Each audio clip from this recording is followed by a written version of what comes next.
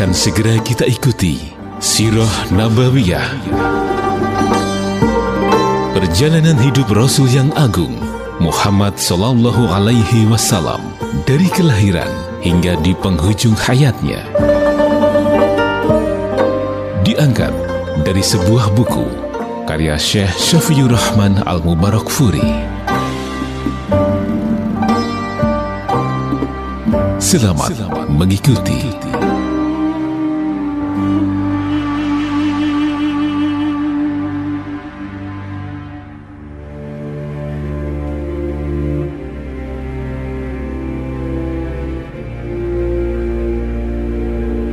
Penindasan kaum musyrikin terhadap orang-orang yang masuk Islam.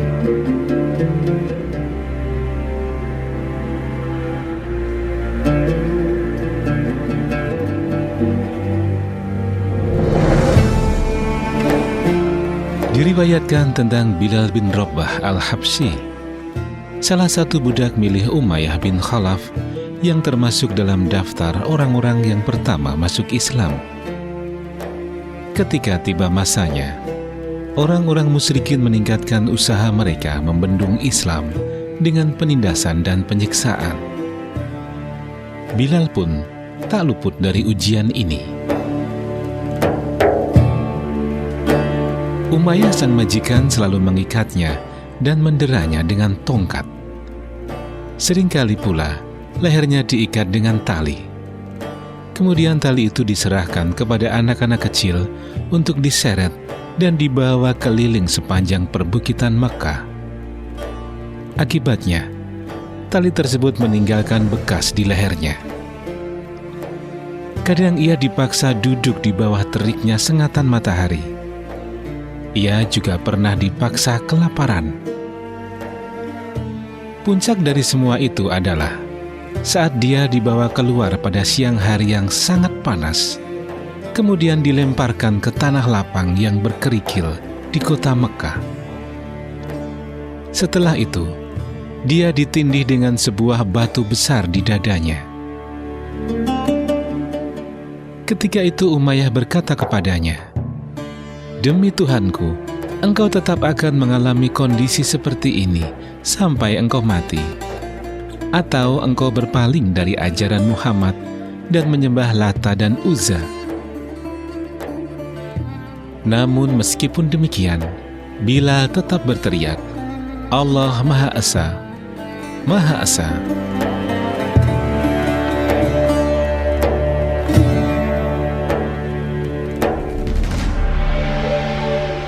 Mereka terus menyiksanya sampai suatu hari Abu Bakar melewatinya, lalu membelinya dan menukarnya dengan seorang budak berkulit hitam. Bilal dibeli oleh Abu Bakar dengan harga 7 uqiyah atau 5 uqiyah dari perak, kemudian dimerdekakan. Tak jauh berbeda agamanya, Ammar bin Yasir, mantan budak milik keluarga Maksum beserta keluarganya. Dia beserta ayah dan ibunya yang telah masuk Islam pun tak luput dari penyiksaan dan penindasan. Mereka diseret keluar menuju tanah lapang oleh kaum musyrikin yang dipimpin oleh Abu Jahal di siang hari yang sangat panas dan menyengat. Mereka menyiksa keluarga tersebut dengan panasnya cuaca. Ketika mereka sedang menjalani siksaan, Nabi Shallallahu Alaihi Wasallam melintas di depan mereka dan berkata, "Bersabarlah wahai keluarga Yasir, sesungguhnya tempat yang dijanjikan untuk kalian adalah surga."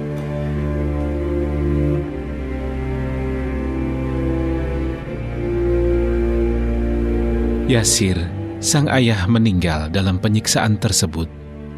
Sedangkan ibunya, Sumayyah, ditusuk oleh Abu Jahal pada kemaluannya dengan tombak hingga meninggal dunia. Dialah wanita pertama yang mati syahid dalam Islam.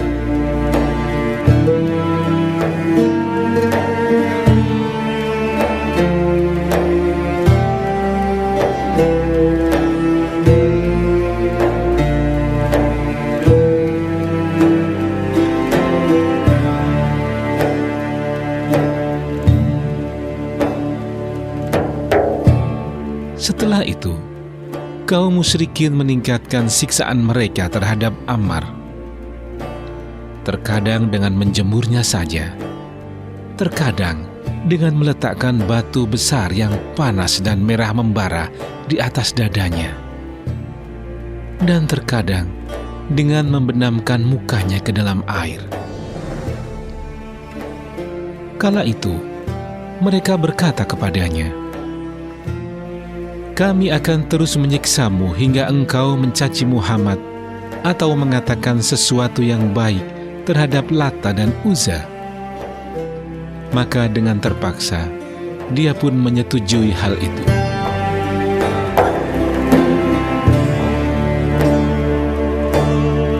Setelah kejadian itu, dia mendatangi Rasulullah sambil menangis dan mengatakan apa yang telah dilakukannya.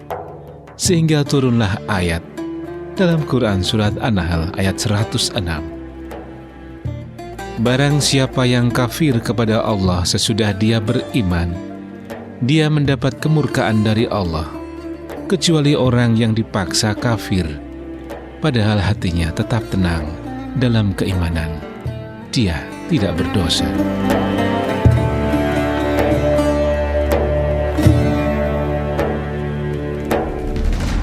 Abu Fakihah yang bernama Aflah, seorang budak dari Bani Abdi Ad-Dar, dijerembabkan kaum musyrikin ke tanah yang melepuh oleh sinar matahari.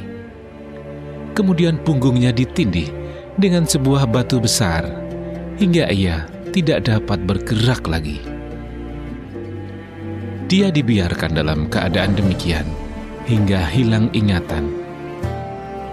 Mereka juga mengikat kakinya dengan tali dan melemparkannya ke tanah yang sangat panas, serta mencekiknya hingga mereka mengira ia telah mati. Kemudian Abu Bakar melintas, lalu membelinya dan memerdekakannya karena Allah.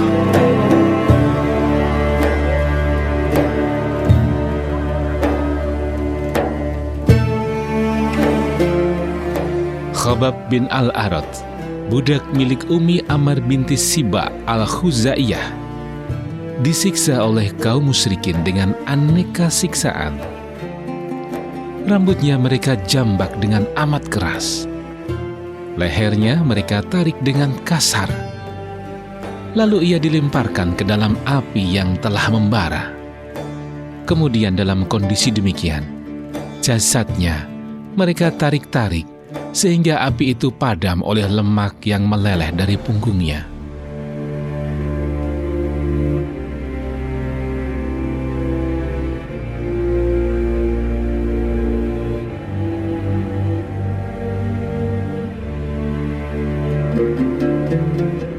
Dari kalangan budak perempuan tersebut beberapa nama seperti Zunairah An-Nahdiyah dan Ummu Ubais yang masuk Islam. Kaum musyrikin melakukan penyiksaan pula terhadap mereka seperti yang telah dilakukan terhadap para sahabat sebelumnya. Semua budak-budak wanita tersebut dibeli oleh Abu Bakar, kemudian dimerdekakannya sebagaimana yang telah dilakukannya terhadap Bilal dan Ammar.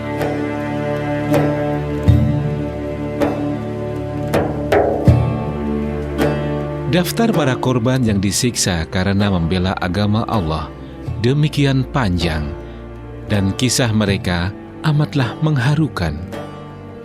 Alhasil, siapa saja yang mereka ketahui telah memeluk Islam, maka tak ayal gerak-geriknya akan dihadang dan disakiti.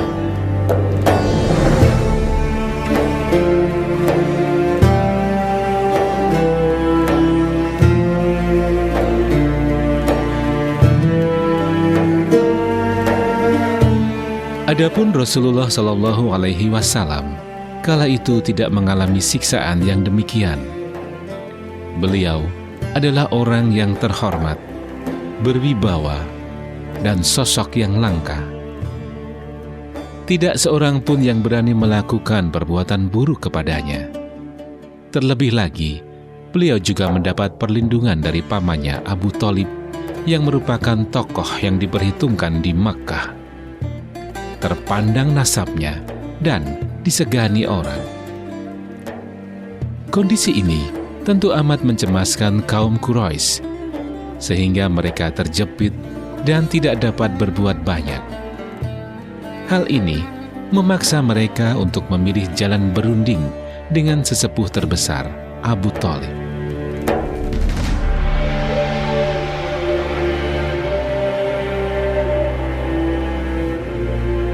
Sekelompok tokoh bangsawan Quraisy menghadap Abu Thalib, lalu mengadukan hal Muhammad yang menghina Tuhan-Tuhan mereka, dan meminta Abu Thalib berbicara kepada keponakannya untuk menghentikan dakwahnya.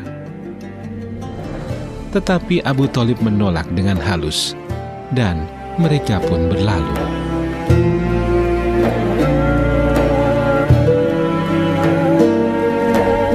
Sementara itu, Rasulullah Shallallahu Alaihi Wasallam tetap melakukan aktivitas seperti biasanya.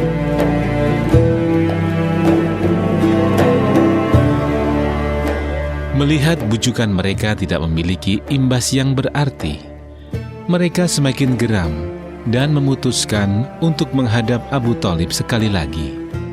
Kali ini dengan cara yang lebih kasar dan keras daripada sebelumnya.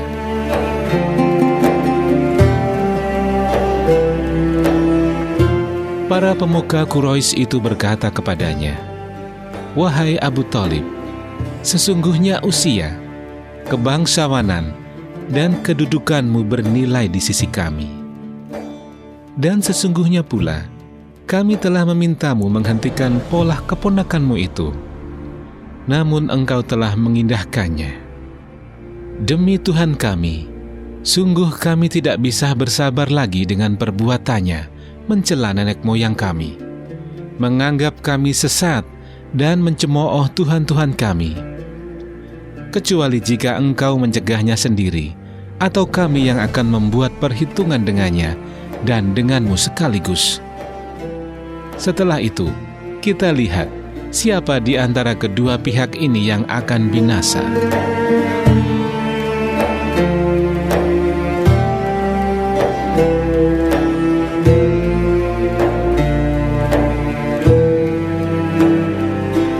Ancaman dan ultimatum itu dirasakan berat oleh Abu Thalib, sehingga dia menyongsong Rasulullah Shallallahu Alaihi Wasallam dan berkata kepadanya, "Wahai keponakanku, sesungguhnya kaummu telah mendatangiku dan mengatakan ini dan itu kepadaku. Maka kasihanilah aku dan dirimu juga. Janganlah engkau membebaniku dengan sesuatu yang tak mampu aku lakukan."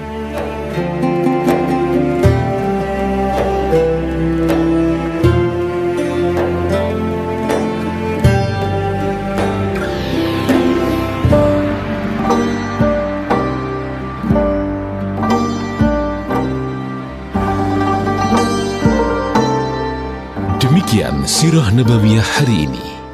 Nantikan kelanjutannya di waktu dan gelombang yang sama.